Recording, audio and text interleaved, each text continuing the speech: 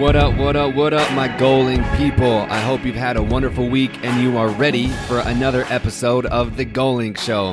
My name is Ben. I am the founder of Goalink, a goal-setting community providing growth junkies, hopefully you, the weekly challenges to avoid complacency. These challenges are inspired by brands to bring you new ways to develop and improve yourself. You can kick back and watch me take on these exciting and uncomfortable challenges, or you can join me. I challenge every listener to complete these weekly goals. Catch the content on Instagram or Facebook at Goalink Group. The Goalink Show, this podcast recounts the experiences from the achievers of the world, but not just the success. We delve into the challenges and the struggle that we all face. How do we find the will to push through? What role do motivation, discipline, and even failure play in our lives? Let's talk about the process and not just the result. We discuss this and much more on the show. Thanks for tuning in. All right, this week is a very special episode.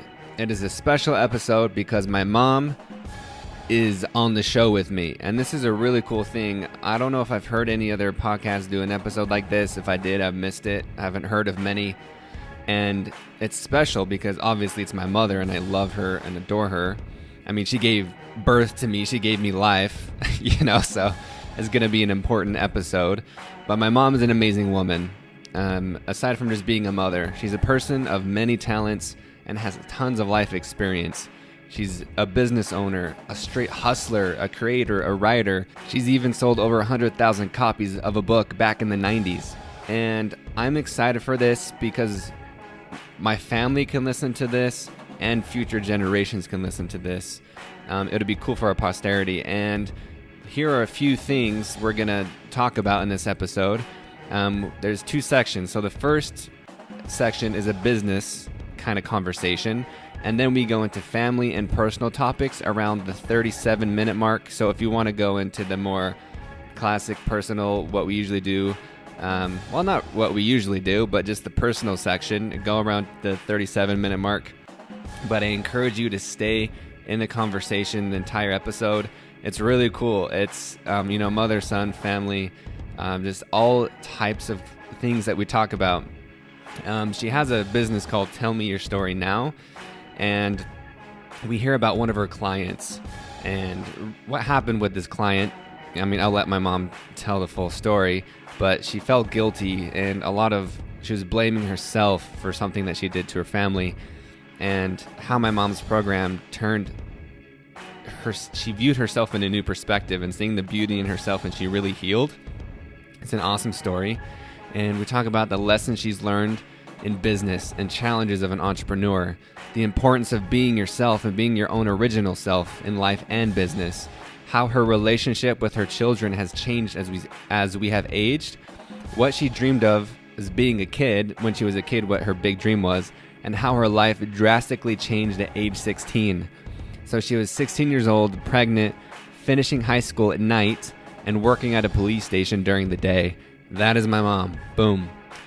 How deep conversations benefited her children growing up. Believe me, deep, open conversations, and we still have those. Hear my mom tell some stories about me as a kid and a critical turning point that shaped my personal mindset. And we discuss expectations of each other and parent versus child dynamics. So that was a big intro because it's a big interview. Let's get into it. All right, everyone, welcome to the Goalink Show. We have a very special guest. It is my wonderful mother, my mom, Michele. Mom, thank you for being here. It is my pleasure, my honor. I feel really honored to be invited. Yeah, this is awesome. We just had a dinner. We made some good dinner, some good conversation, and we've had a lot of deep conversations. For the people who know my mom, and she even admits that she loves to talk or whatever, but it's a lot of meaningful conversation, and we don't like to just stay along the surface. We go into the depths of the human experience. It's true. I do like deep, meaningful conversations. Yes. So we've had a lot of those, and I'm really excited to actually have it recorded. I think that's fun, and there's going to be two segments to this. So one will be the business of what my mom does, And then the second, we'll jump into the more personal side. So the first question is, just tell us about your experience. You are an experienced writer and storyteller. So tell us about your experience with writing, teaching how to write, whether it's personal history, and then even writing prompts. Okay.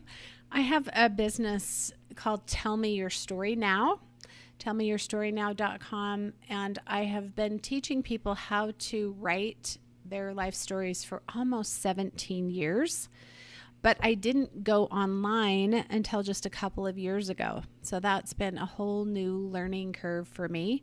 Mm-hmm. I've taught primarily in community centers, libraries in Utah and Oregon. And I developed a workbook when I started initially.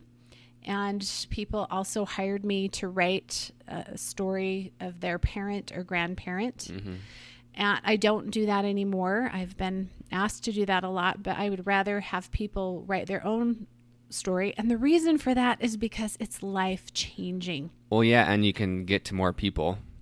Yes. You know? So as a business part of it, that's, yes, definitely. But also for me, one of the most transformative things as a coach or a teacher is seeing the change that comes over someone when they see their story and their experience in a different way. And it happens only when they do this life review and they write the story in the way that I coach them to do. And if you've heard of the latest memoirs from Sally Field or Michelle Obama, they also talk about how writing their story changed them, because you see yourself and your experience differently as you go through that process. So as a coach and teacher, being able to witness that in my clients is the most amazing experience, to see that personal change. Well, my next question was, what is Tell Me Your Story Now? But you just answered it. And you have how many years of experience just this in the writing realm? Yeah, so I've been I've been teaching this for almost 17 years, but way before that, I've been writing. Author, yeah. I mean, even in junior high, I wrote a play, a Christmas play, kind of a fun What was that about? Story. Our English teacher said, hey, we want to do a play at the school for Christmas and go around to different elementary schools and produce the play. So anyone who's interested in writing a Christmas play for the school, come in after school. Yeah. And I happened to write something, and my idea was chosen, and we went around to all the schools in the town and produced this play. I mean, everybody in the school who was interested in being in the play, participated. So, I mean, even in like second or third grade, I remember my teacher giving me an award for the best tall tell. Ooh. And Ben, you probably aren't surprised to hear that I can tell a good tall tell. Yeah, that's true. That's funny. And so, I've always loved hearing stories of my parents, grandparents, and strangers. I've had complete strangers tell me in a store in line to purchase or check out of the, store, the cashier start talking to me and tell me something, and they'll say, I've never told anyone. So I think people know, first of all, I'm interested. I look them in the eye. I care. I've even with my grandparents, I would sit at their feet and ask them questions. All of my grandparents died by the time I was 12. So I'm so happy I did this, because otherwise I wouldn't have had the chance.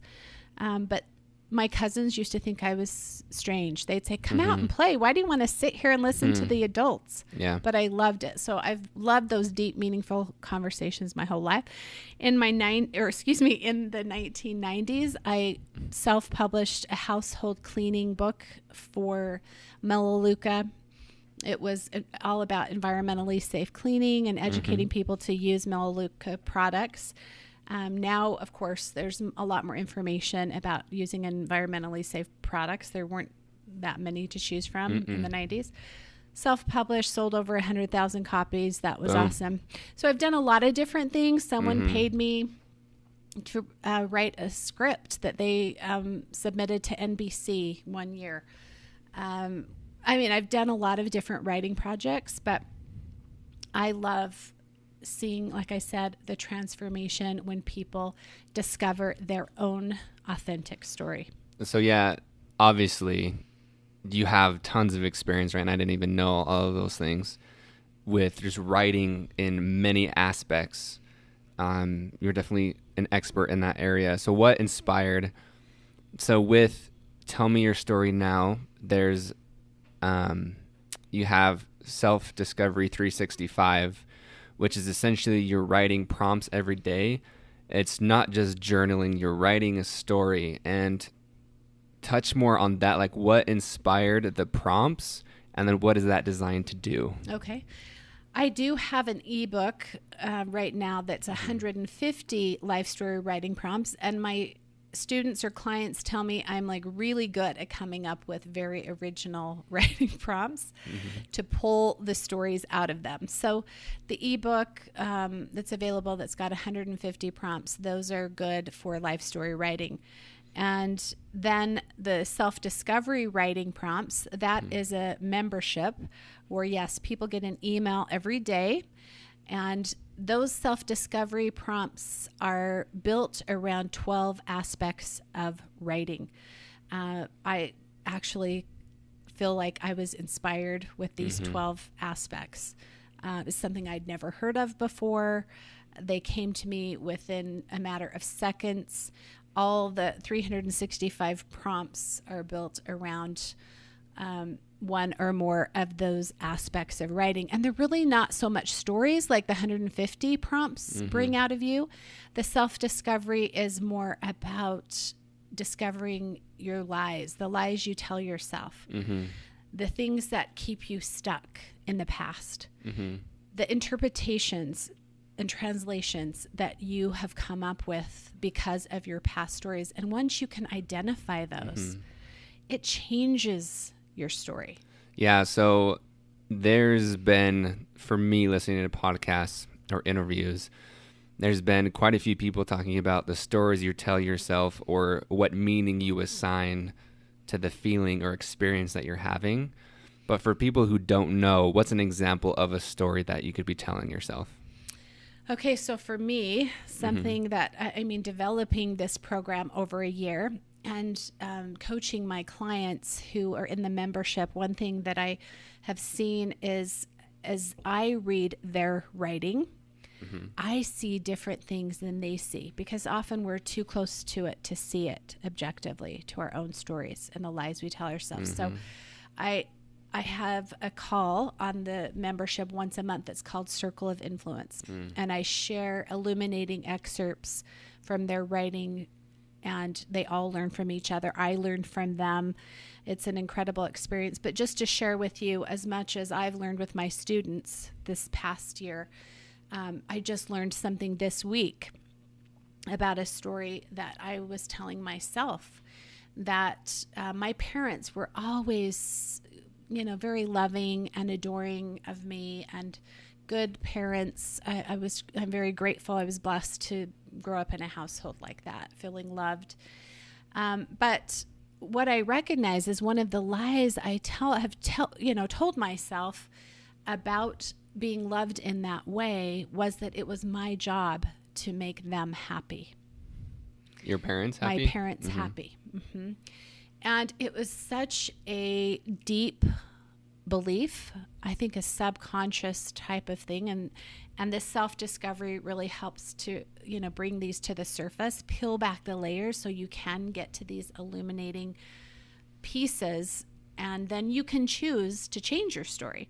So for me, in seeing that, I realize even that for myself, I have repeated that cycle somewhat in my own family with my own adult children, having an expectation of them to make me happy. And I feel like that's not healthy. I don't want to have my fulfillment come from my children. As a parent that gives everything to your children, I think often we can be a little bit displaced when our children grow up and they don't need us in the same way.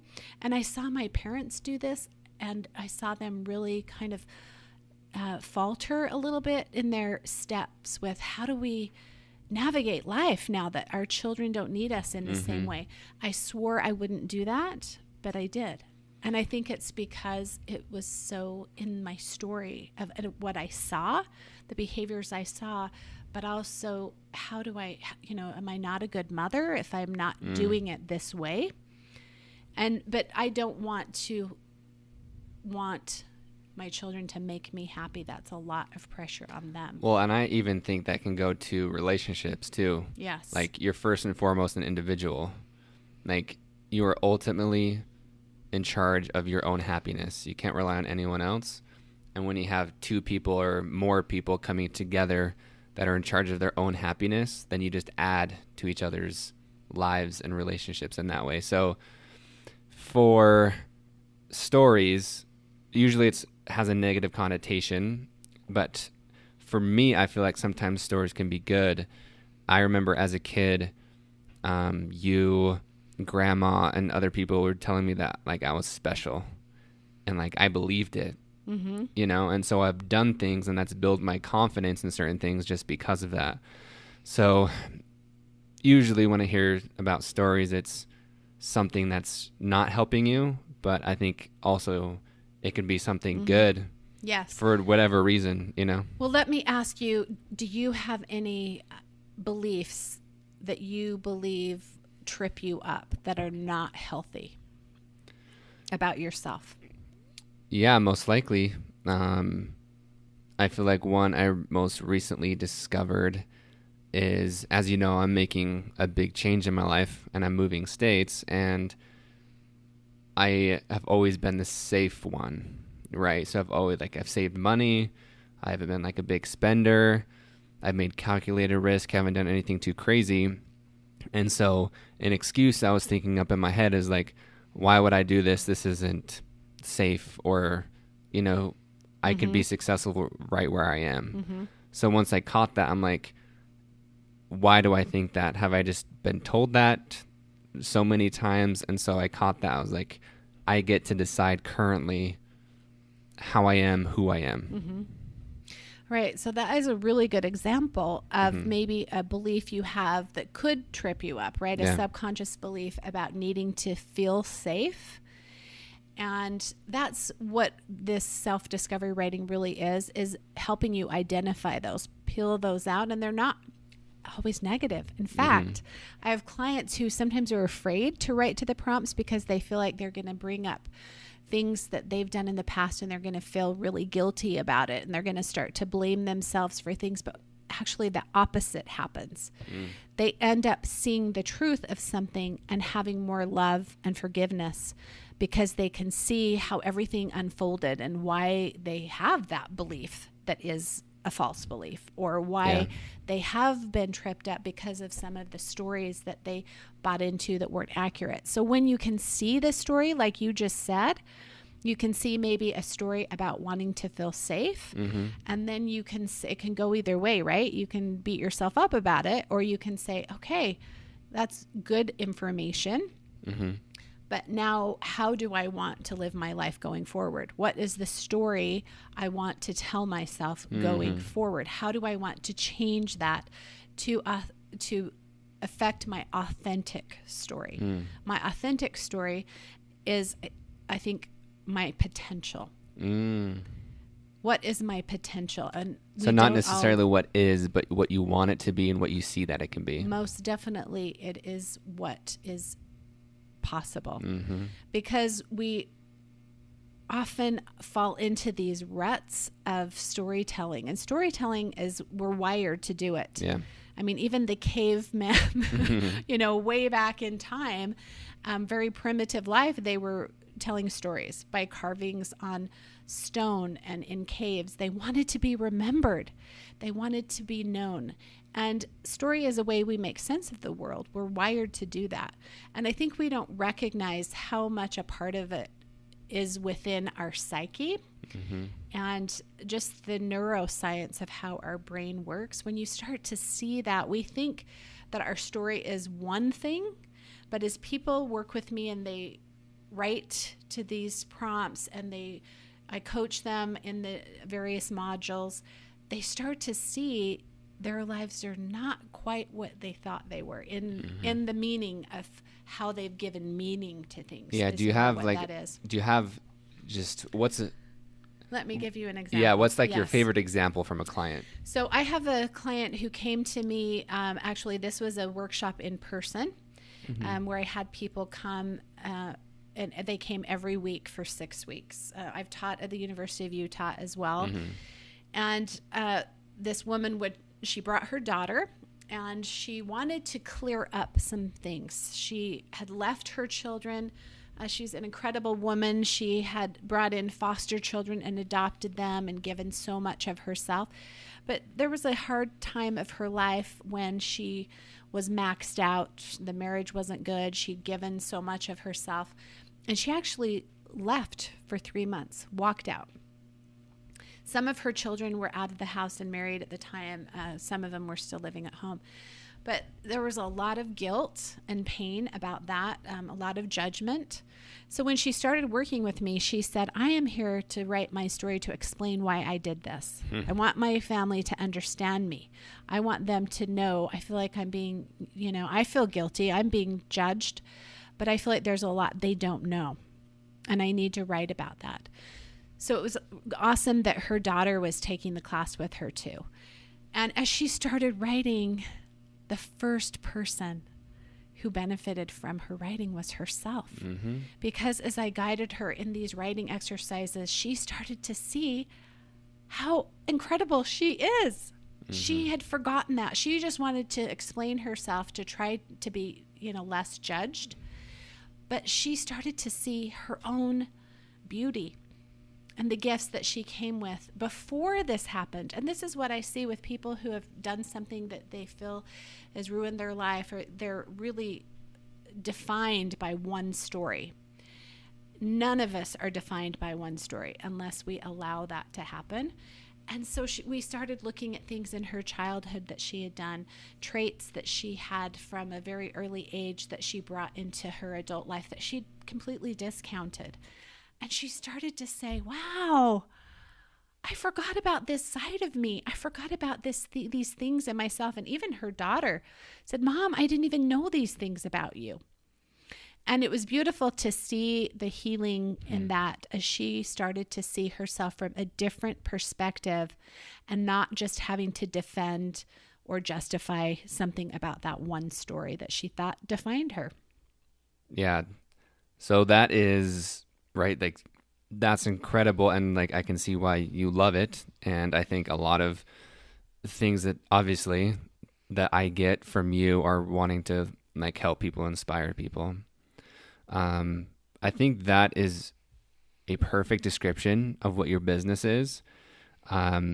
Switching to more of the business strategy or getting it off the ground or trying to monetize it. Tell us about the success that you tasted initially. So when you first launched this business, it was successful. And then what happened after that?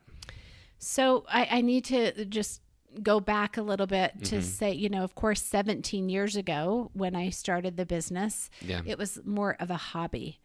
And doing those classes throughout the years, I worked with thousands of people, but it was still mostly a hobby, something on the side, because I was a single mother raising 5 children, holding down full-time jobs. But this was a passion of mine, so something I've always enjoyed doing. And then your subscription and online model, when did that start? So those both came into play in 2017. Okay. And I knew nothing about strategizing and building a business online. So I paid a company to help me, Clients on Demand. And I learned so much. Really just a huge download of information from everything from how to do Facebook ads to how to build a webinar and, bring people to the webinar, to introduce them to me, to build an email following. And it really, right out of the gate, was successful. I had made a pretty big investment in doing that training and recouped my investment within the first month. Yeah, which is awesome. Yeah. And so I was thinking to myself, wow, this really works. This system really works. But my negative self-talk, my money beliefs started coming into play and thinking, this is too easy. And I remember the time when I started to think, wow, where's the challenge in this? You know, I've always worked so hard. And of course I worked hard to, launch everything, but then it just seemed to be working like clockwork. And I'm going, what am I going to do now? And then I would have people tell me your program's too expensive. And so I started to get pulled into that. And I made some adjustments in the business that were not good business decisions based on some of the stories I tell myself, which one of them would be, my job is to help people. I can't do this for money, right? My job is to help people. And the second thing would be that belief I had that making money needs to be hard work. And looking back at that time and where I got off track was really because of those two beliefs. Yeah, and I think I have that, and other people probably have that too, that making money needs to be hard. And probably, I assume, a lot of wealthy people or like just extremely successful people make it easy, or at least find a way to make it less complicated than maybe we do. That's interesting. So what lessons did you learn from that?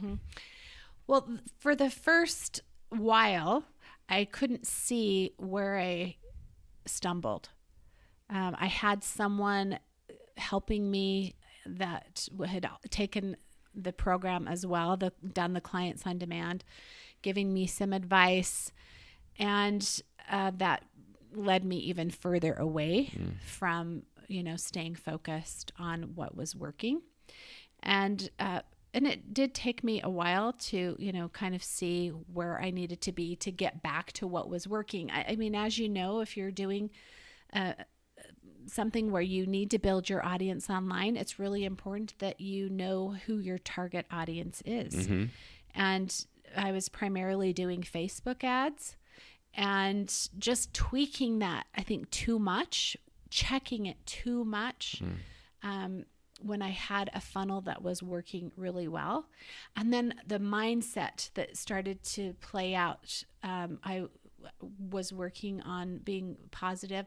But at first, I think why I did so well was because I just followed the plan. You followed the plan. But then when my own thoughts started coming in and my own worry or anxiety about this seems too easy. And again, these lies I was telling myself about, this is too easy.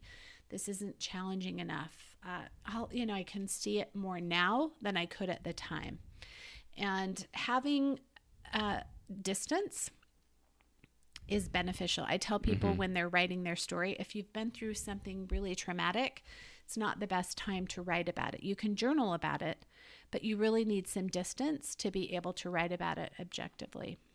And so for me, I didn't see that at first. I didn't see, where I got off track or see what my money blocks were or my beliefs about how making money could be this easy.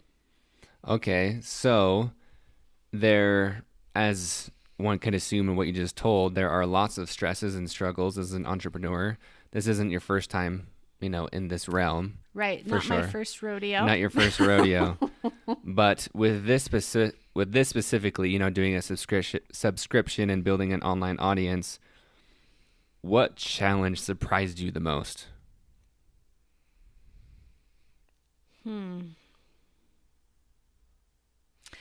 I mean, it's a lot of work. So something that you just said about people make it look easy, I think shows that that's a gift to make it look easy.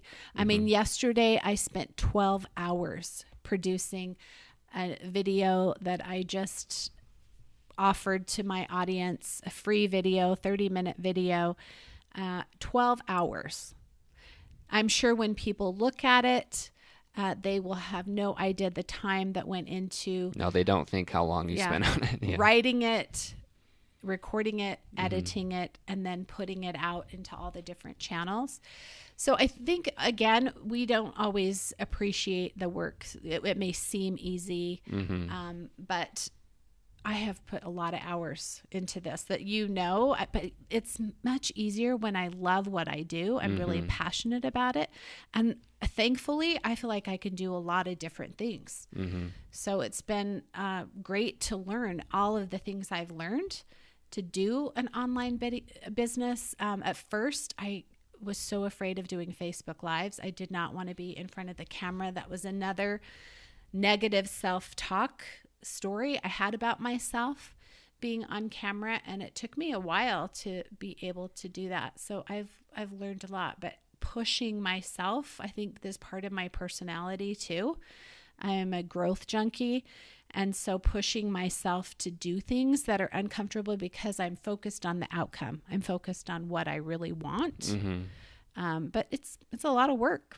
Yeah, and I think it's like some people can go into, right, it's so cool to be an entrepreneur right now, but you can just go to your 9-to-5 job, you work 8 hours, and then you don't have to worry about it. When you're your own boss or own business, you spend 12 hours a day or more than that, and it's always on your mind. It's always on your mind. But luckily, you love it, right? And that's the point why you do it. Yes. So you just mentioned that you're a growth junkie and you're focused on the outcome so you can push through those long hours. Like, how do you find the will to push through, though? Because it's still not easy. Like, 12 hours is a long time. And other things you've had to do, it takes so much work. So what are some tactical actual like practices? Do you breathe? Like, do you have to really focus on positive self-talk? Like, how do you get through those challenges? Yeah, I listen to podcasts. I'm always buying and reading new books. I don't listen to books on audio, even though I have them. I don't listen to them on audio as much as I like to read them. I'm a tangible, very visual person. I like to hold the book and bookmark it up and mark it with highlighters and be able to refer back to it. So I definitely have always been that way. I'm self-educated. I didn't graduate from college. I have always done well in English and writing. But even though I've taken a lot of college classes, I guess I'm kind of a rebel when it comes to having to fall into one area and do what I'm told. I kind of want to just do the things that resonate with me and take the classes that resonate with me, that I enjoy, that I'm really learning from. So I love learning about human behavior. And I feel like as people, we can make things harder than they need to be. And I have definitely done that many times in my life. And having the ability to learn and learn from other people is something that I've always gravitated to. That's smart. I think that's a good way to get through challenges, is almost what you're doing. You just released a podcast called Reveal Your Story, and you talk about, the stories of just our psyche, but relating and learning from others' experiences is valuable to get through those challenges. Okay, that's really cool. What's been your favorite success so far with this business? Oh, I would have to say my clients who have done my 10-week program and also clients that have done the 365-day program who have just said to me, Michele, this has changed my life.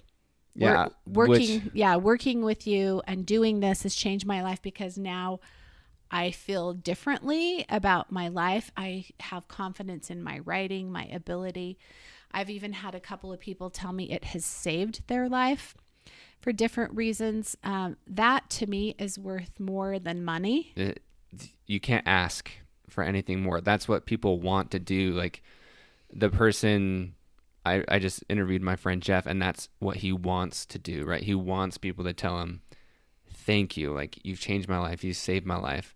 So, Mom, I want to tell you, like, I know you already know this. This is your favorite part, but that is a huge benefit for those people, and you should be so proud that you have a product and a system to help people. Because, right, like money is important. We need to survive. But that is priceless. Mm-hmm. So that is really, really cool. It is priceless. I mean, being able to change lives. And that's what I tell my clients as they write their stories are priceless because not only, writing their story saves their life first. Literally, a life is a story, right? They're writing it down. So they're saving a life by writing it, but then they save their own life. Huh. Yeah. Yeah. You just thought about that. Yeah. And then they help others because their story, either it's their posterity or a stranger that comes across their story and something in that resonates and speaks to them and teaches them because they can relate to it. Their story is relatable, so it can help someone else. So that is priceless. All of those areas that ripple out as people share their story. But first, I have so many people that haven't done much writing that say, oh, I want to write this book and be a bestseller. And they don't see it yet, that they're the first ones to benefit from it. Once they do it, it's transformative to them. And that's why I'm so passionate about like this free video that I just produced about helping people to be able to create their own writing plan, to customize it.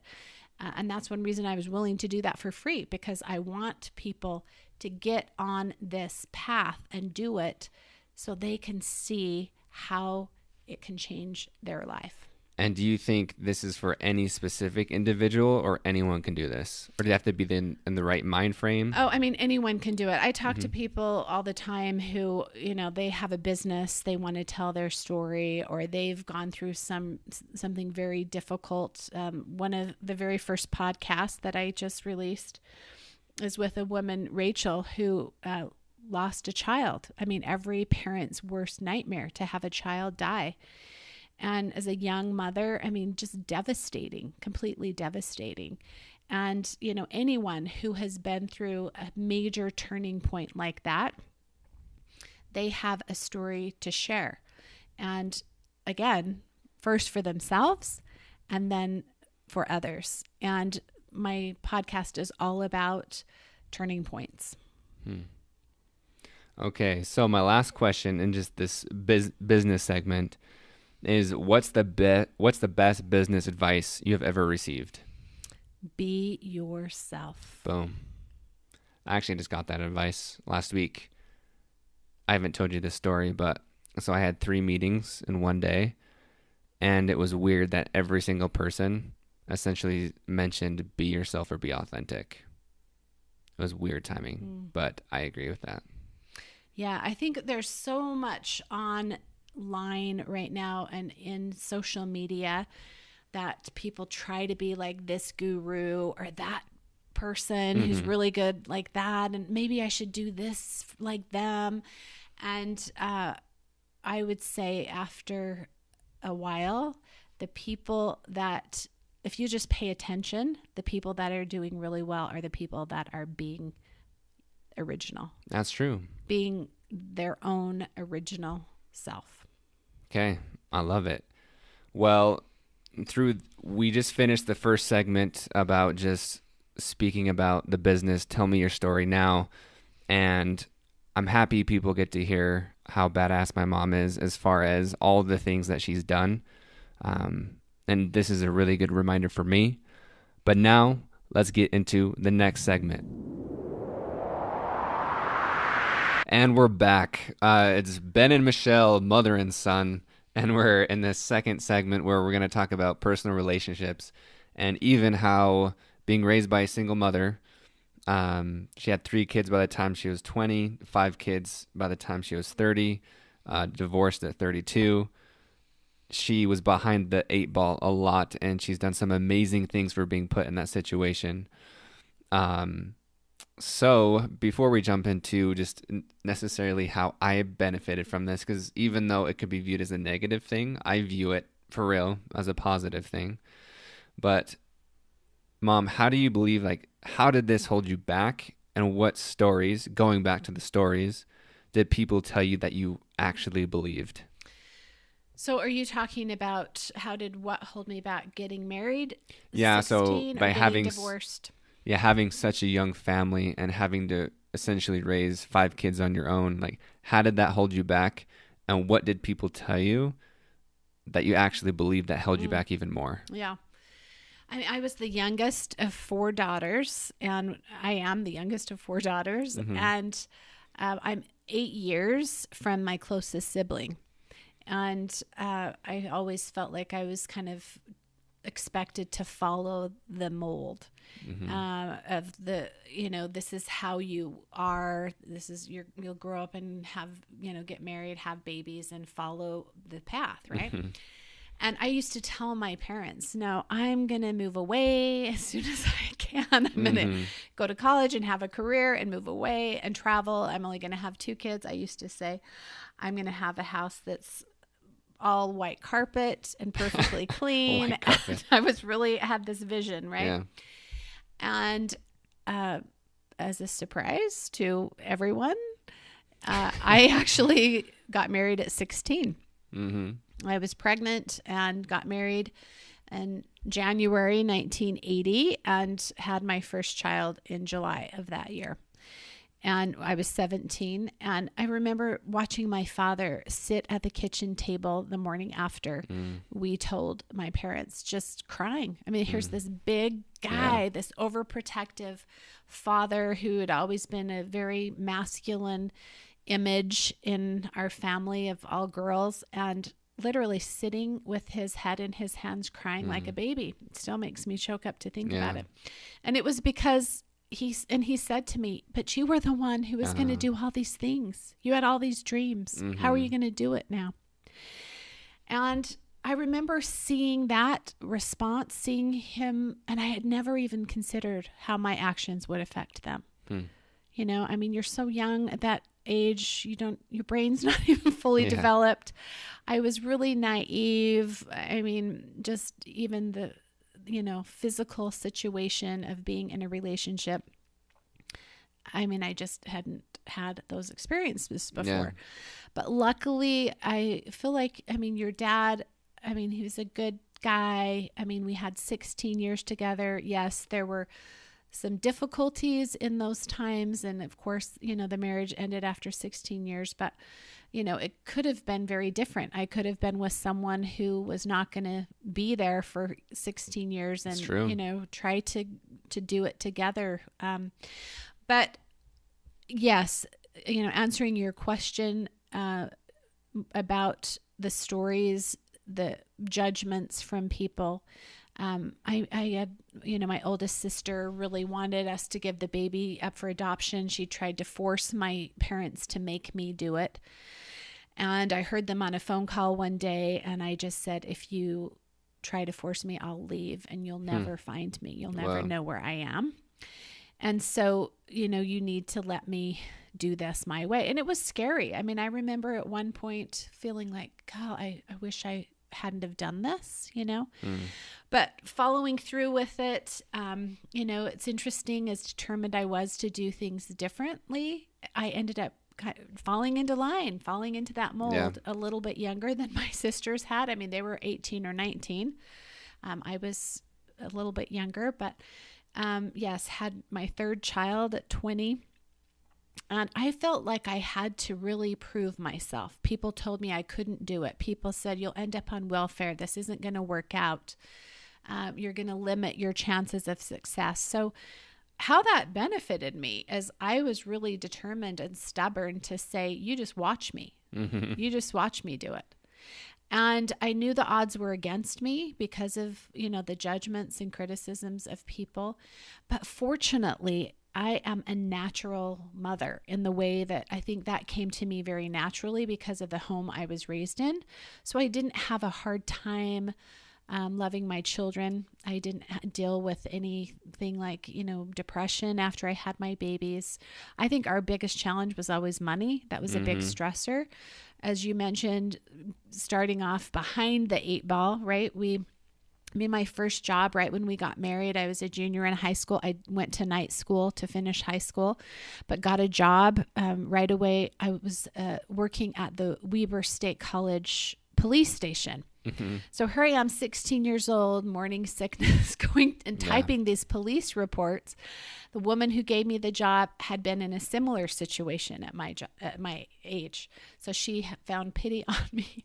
I remember being just like naively, put in this place of typing these police reports, being shocked about the world in Ogden, Utah, and what was happening. I was so young. It's interesting to think back to that time.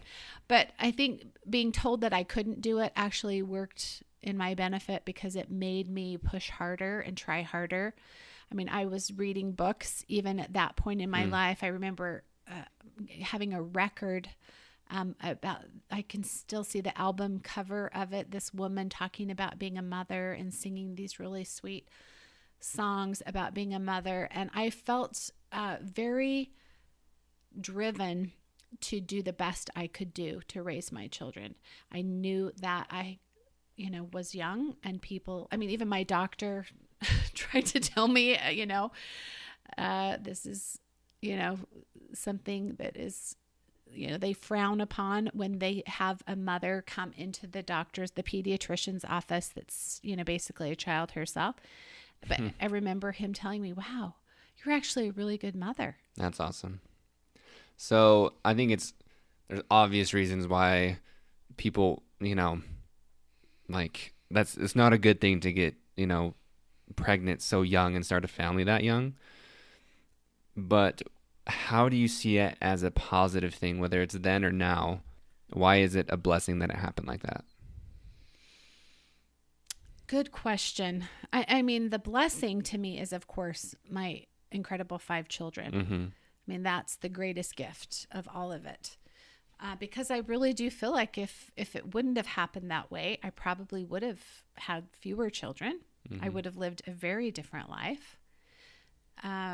Knowing myself and seeing myself clearer the longer I've lived, I can really see that was a motivator to me to be good for my children, to be better for my children in ways that I probably would have been more selfish if I wouldn't have started my adult life that way. And you're looking at your kids, you're a majorly successful mother as far as what we do, knock on wood that, none of us are too crazy, at least. I'm just interested versus your thoughts on nature versus nurture. Because even looking at, your grandkids and my nieces and nephews, they all have their own personalities. But of course, parenting still matters. So when people argue nature versus nurture, how do you weight each of those? Yeah. I would have to say that I've always had high expectations for my children. Like I have high expectations for myself.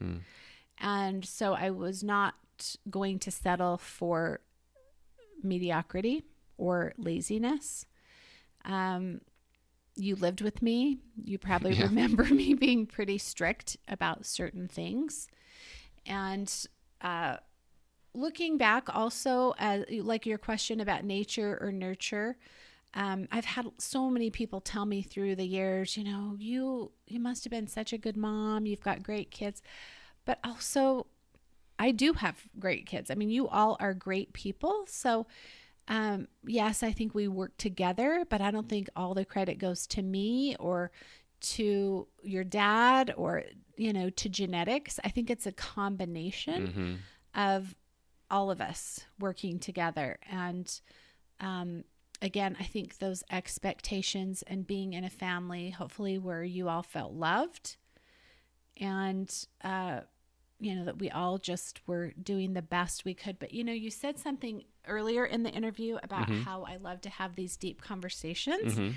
And I really do feel like that was part of what helped my children to develop into the people they are. Is I remember even my children's friends coming over in their teen years and participating in some of our conversations, having these talks, and how it's a place to come and just hang out and really talk about things, not like in a surface way that's just really aloof and not meaningful. Mm-hmm.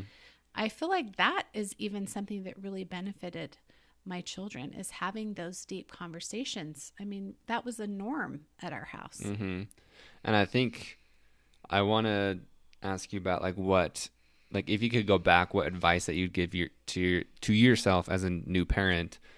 But I think that's one thing even nowadays, especially with how prevalent technology is to just communicate and have those conversations. Mm-hmm. Because I would agree, like there was no shortage of love or conversation.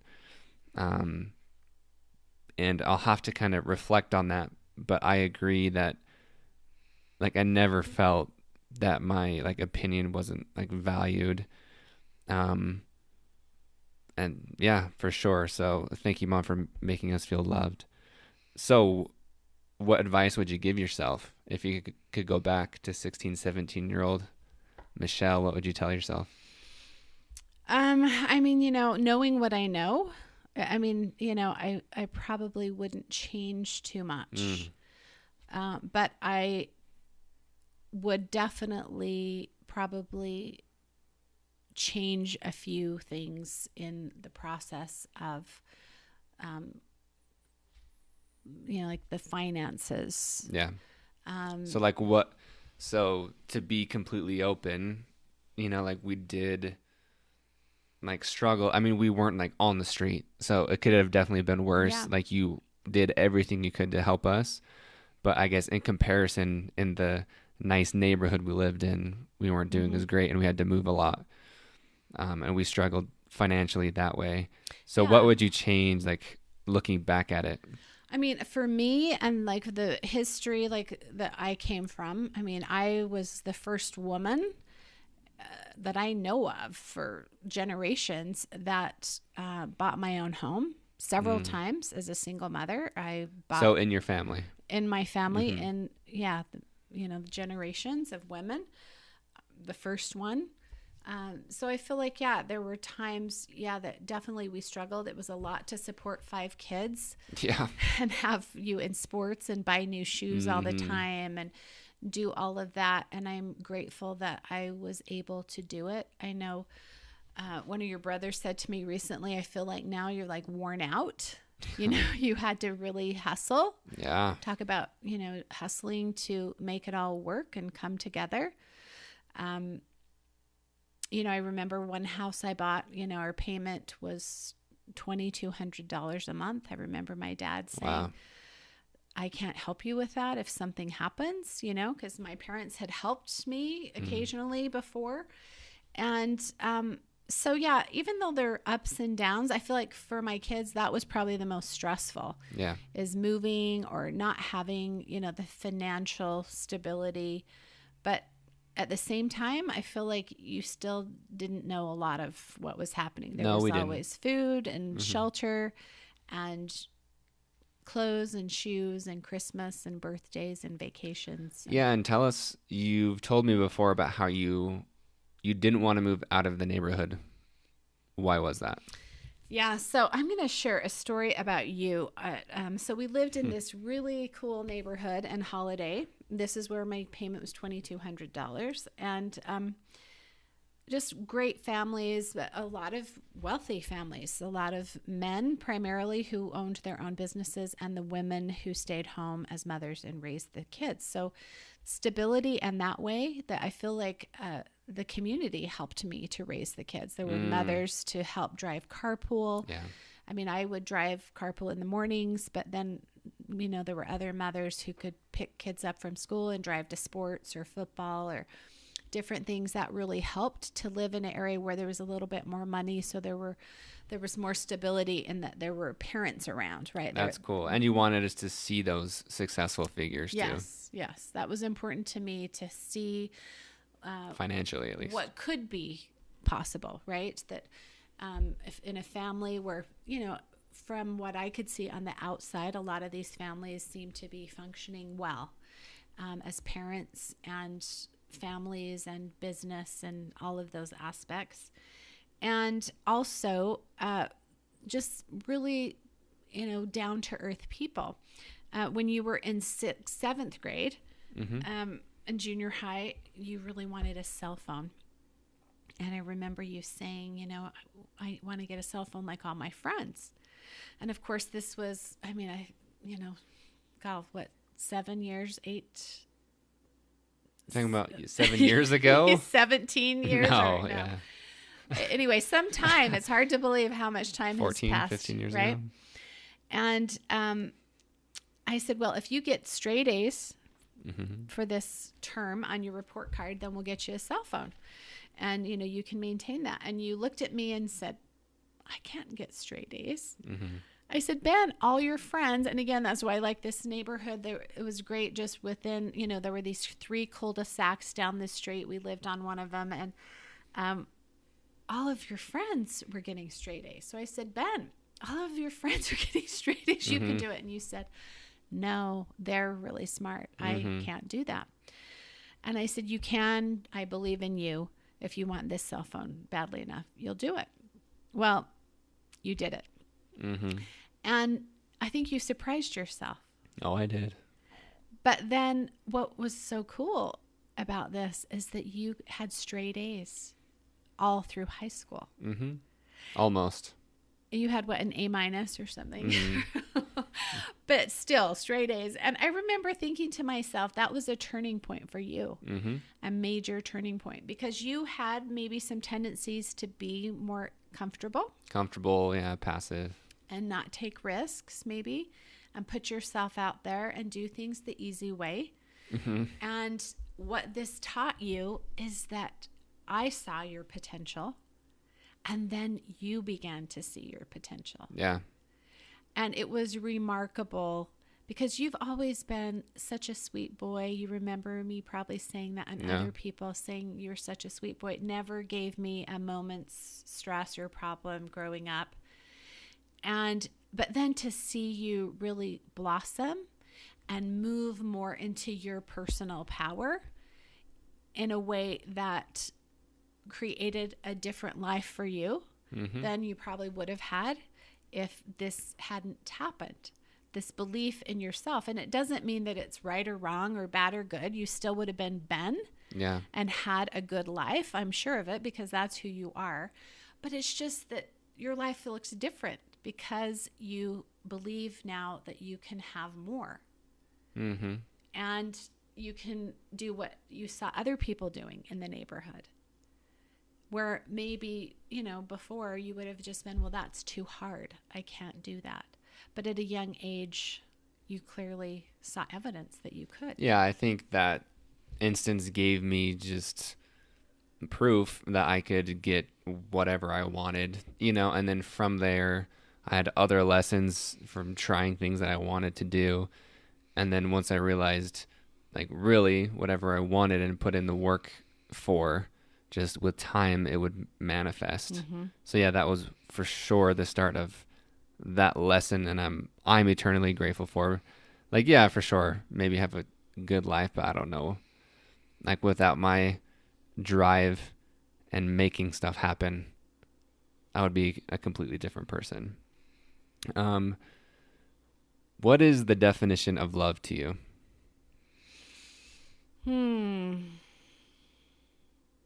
I don't feel like there is like a simple definition of love. Yeah.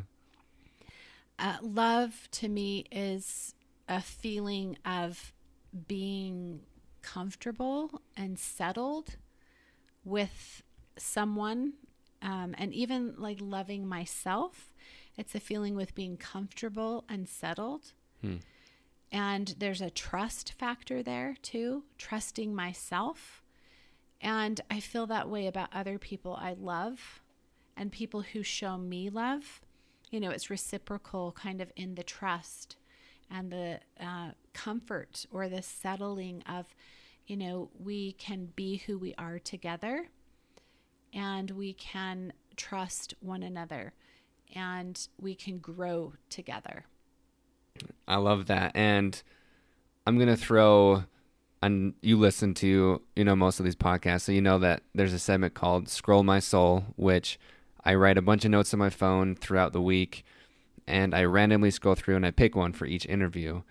And for you, it is about love, and it's Love is just not the admiration of strength. It's tolerance of weakness and recognition of ambivalence. Like, what are your thoughts on that? Like, what does that mean to you throughout your life? Like, it's just like, I truly believe love is just not the admiration of strength. Right. Tolerance of weakness and recognition of ambivalence. Like, there's going to be mixed emotions that we don't know how to feel or what to do sometimes. Mm-hmm. Yeah.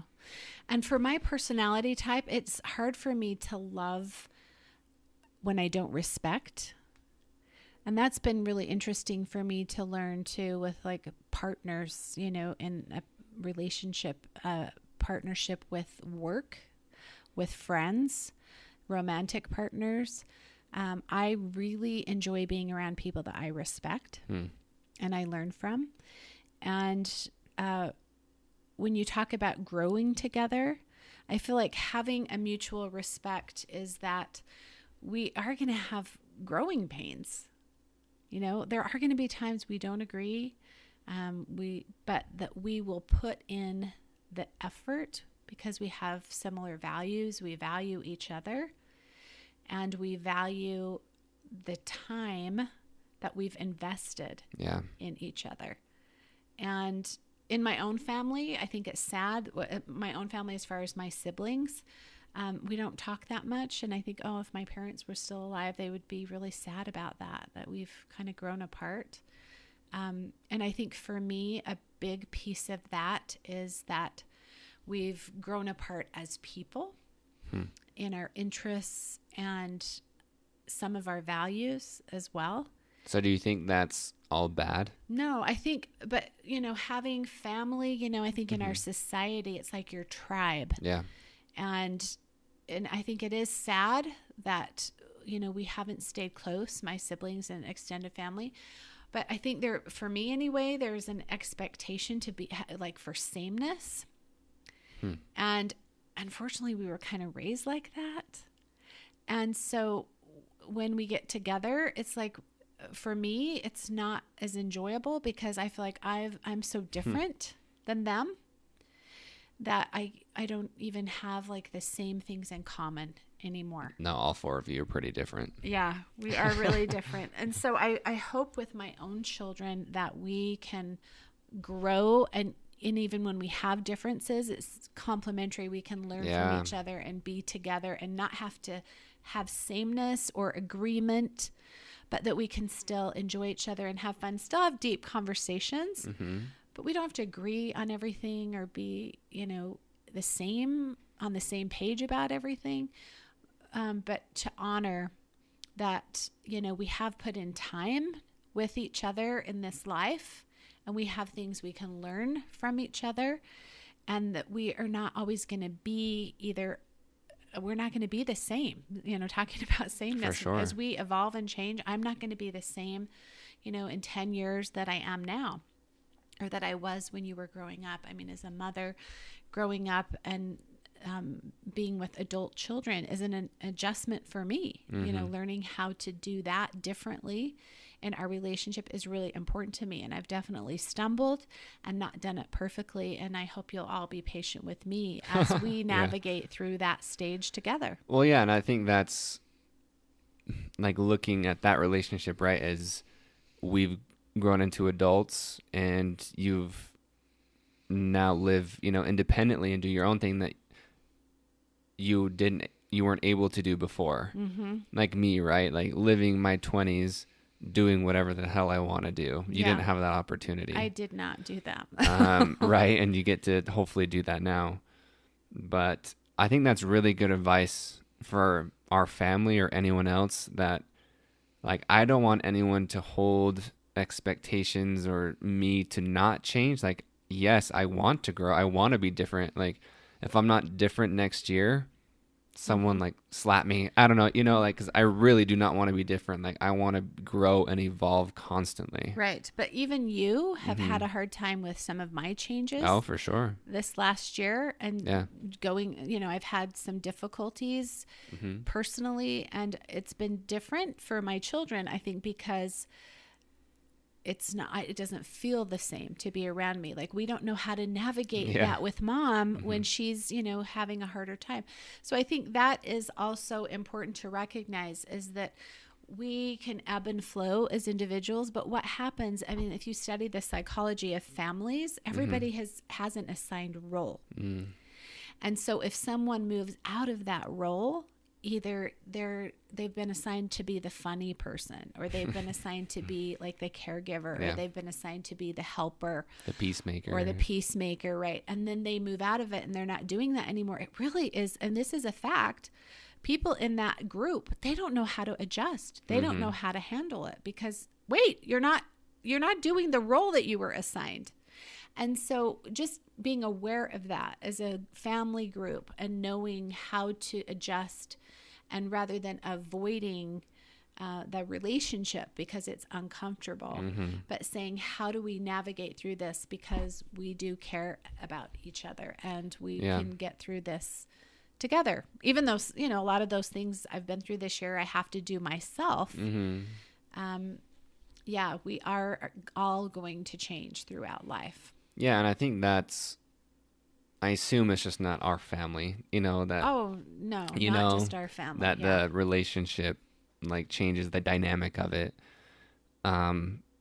But, as your child, it is different because you go from someone who's being taken care of to an adult. And I don't remember the exact moment, but I remember being a switch of like I felt like, at least, that you looked at me like an equal, almost like not someone that you need to take care of necessarily. And I remember that just being a switch, like a change. Like, I'm not saying that's good or bad, but just part of the dynamic. I'm like, wait, like, I'm not you're not necessarily, you don't need to take care of me. But I guess just that feeling of, I don't even know how exactly to explain it. Yeah, I know what you're saying, though. I do, of the parenting, kind of the fallback. I want to be able to fall back sometimes into the nest, right? Yeah. And have that security. And I felt that way with my parents, that I could do that. I could fall back and be in the nest just for an afternoon or an evening. And just hang out. And have a respite and hang out. And that wasn't the same for you guys. Yeah. I think for me too, getting married so young and being a single parent for, those years, when, my youngest finally was out of the nest, I was like, okay, I'm done. And I, was very honest with all of you. You're on your own now, and so there is a part of me definitely that feels that way still. Like, don't rely on me too much, because I've already done that. And I need to go on and do other things now. Like you said, I learned how to, to walk before I could crawl. So in some ways I feel like I've had to go back and do that part of me that I didn't get to do at a young age, where maybe some parents can still gather into the nest in a different way than I could, because I felt like, okay, now I have to go do me. Now I've fulfilled my duty. And I've been responsible in raising these children, but now I need to go do me. And so in that way, you were pushed out of the nest, kind of. Yeah. And I know for your younger sister, she's even said that, watching people where, their parents, people her age, their parents pay for everything, pay for trips, pay for college, give them a car. And she's like, gee, I haven't had that. And I'm like, yeah. And so you get to learn to a lot of people have it worse. Do this on your own. Yeah. And again, when we compare, we can get into trouble with that, but we can also look for things that, are benefits from it. So let's talk about expectations. We've talked about this recently, about the expectations of your children once they got out of the house. And because we're kind of on that topic of, okay, you need to do your own thing. Like, we're independent. But what were your expectations at the same time of, okay, you can't just fall back necessarily into that nest. You're still very loving, but where does that expectation, what expectations have you had from us? Yeah, watching you all grow it's been also a very fulfilling experience for me, as you've all reached for different experiences to expand and evolve and learn. That is very rewarding as a parent to watch that. And I'm grateful for that opportunity. As far as expectations, I mean, still having like family dinners or having my family gather around, being with their grandkids. I mean, I love those times. But honestly, I don't want to feel like I have to do that like on any particular schedule. I know. Me neither. Yeah.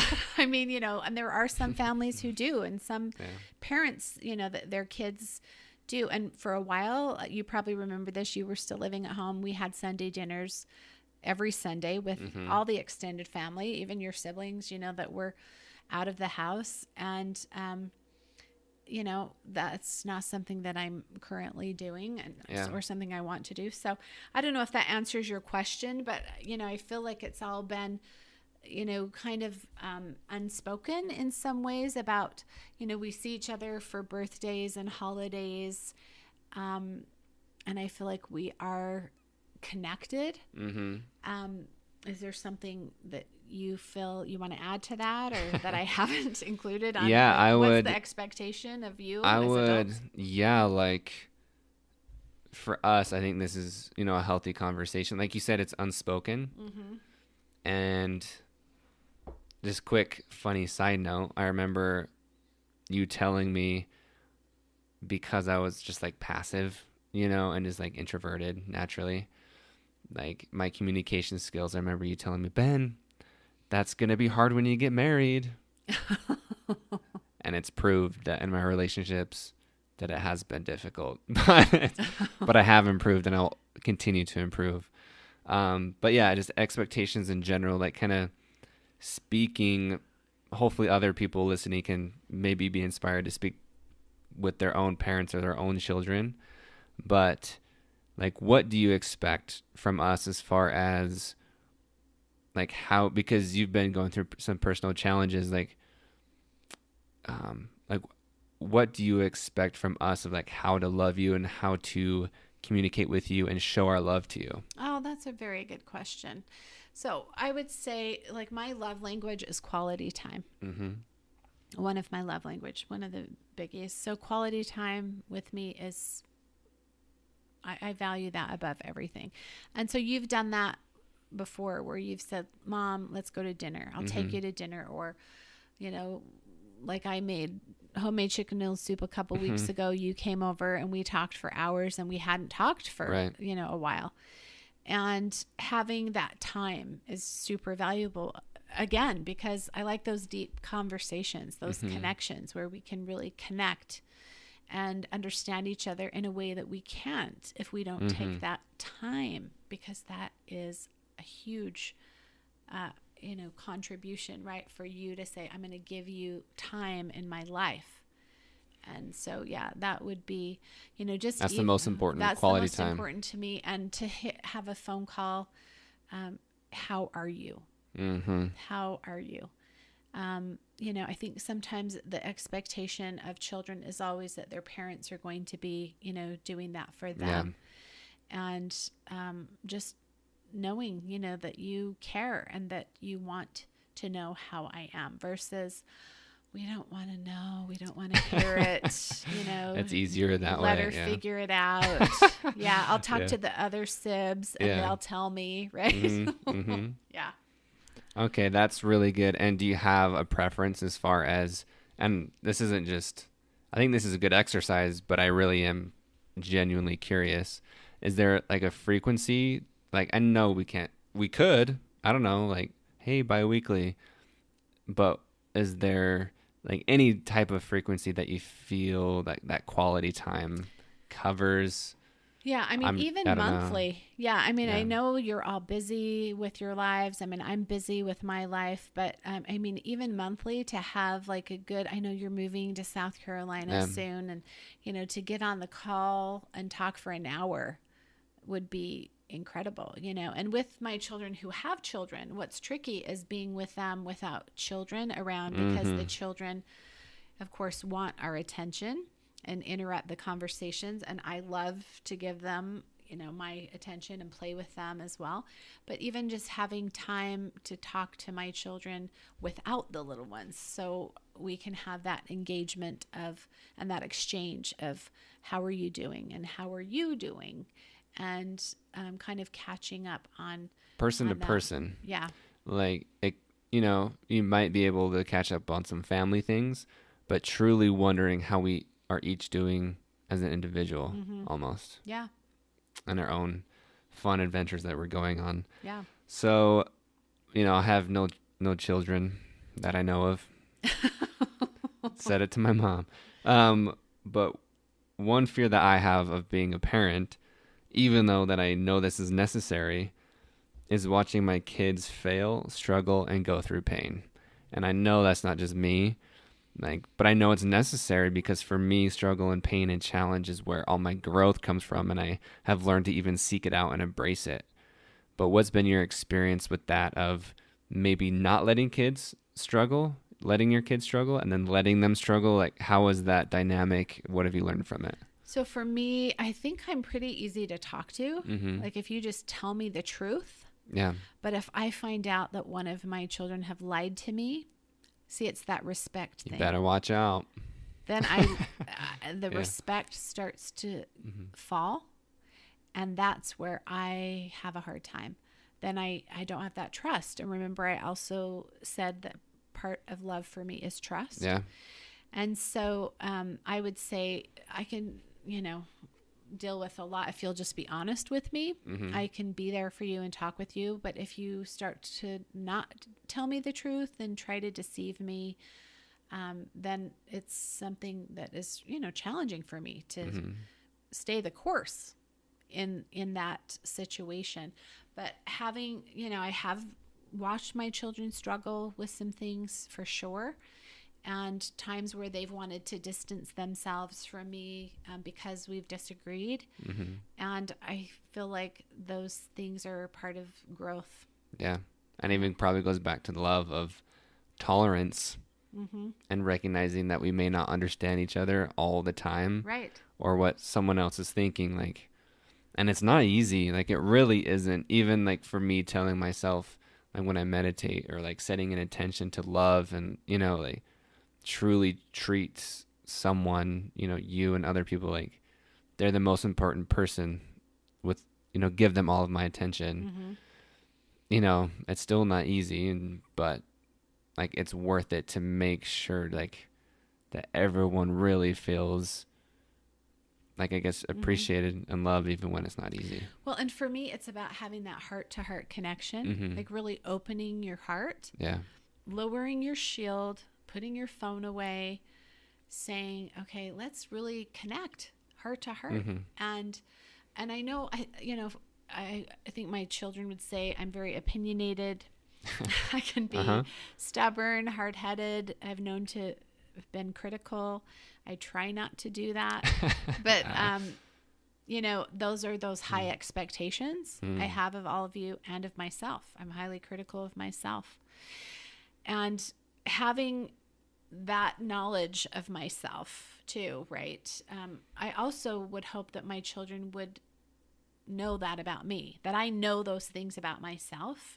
I'm also very aware of them, and I'm working on those things, just as I know your weaknesses. You know, I think a parent sees their child's weaknesses, but a parent does it differently than, you know, a child viewing a parent. A child viewing a parent, the dynamic is maybe more defensive, but a parent viewing a child is more like, I'm pulling for you. I'm cheering for you. Yeah. I see that you're going to overcome this and you're going to be able to do it, you know? So that's a different dynamic in a parent-child relationship. Even though I'm not parenting you anymore, that's still how we see each other. That's our perspectives, you know? You're more defensive if I say something. Yeah, that makes sense. Where I'm not meaning it to be defensive. I'm just saying it like I would really to anyone. I feel like I'm the same with most people, but a child would take it more personally as if defense, because I am the parent. Yeah, I mean, I think that's any relationship, right? Like a parent could say something that's sound advice, the kid doesn't listen to it, and then someone famous says the exact same thing, and they're like, oh, that's amazing. Yes. But just because their parents said it, like, man, mom, dad, you're so dumb, or something like that. Okay, well, Mom, those are all the questions I have for you. Do you have any other stories or thoughts you'd like to share? I just want you to know, Ben, that you're an incredible man. Oh, thank you, Mom. And I really have so much admiration and respect for you and watching you live your life and do you. And I'm always cheering for you. And I always will be. I love you. Thank you, Mom. I love you so much. And because you said I have your respect, that makes me feel good. So really, Mom, thank you for doing this. This has been really cool. And I think we'll even look back at this or can even just listen to this in a year, 10 years, whatever. And this would be really cool. So thank you, Mom. I love you. Thank you. And adios. All right, y'all. I hope you enjoyed that interview with my madre. And the one thing I hope you get from that is really having an open dialogue and conversation with your parent or other guardian or other important relationship in your life. Really have an open conversation.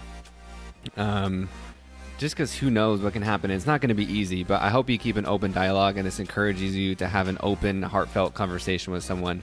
And you probably are thinking of someone right now when you're listening to this that you need to have that conversation with, and I hope you go do it. So this week's challenge is inspired by Tell Me Your Story Now. And the challenge that we have for you guys this week is pretty cool. So we want you to write a letter to yourself about all the times you've weathered life's storms and read that letter whenever you doubt yourself. So you're going to write a letter to yourself about how you've weathered life's storms and how you've gotten through those difficult times. And then you'll have that letter whenever times get tough. You can read it, and I'm excited to do this. I mean, I think it's an awesome exercise. And so check out Tell Me Your Story Now. And once you complete this challenge, there are a few ways you can report back once you complete it. You can post on Facebook or Instagram using hashtag Goalink Challenge, tag us in your stories, or use the Goalink hotline. To use the hotline, call 385-626-0525 and follow the instructions. Follow us at Goalink Group. My name is Ben. I love you. This is The Goalink Show.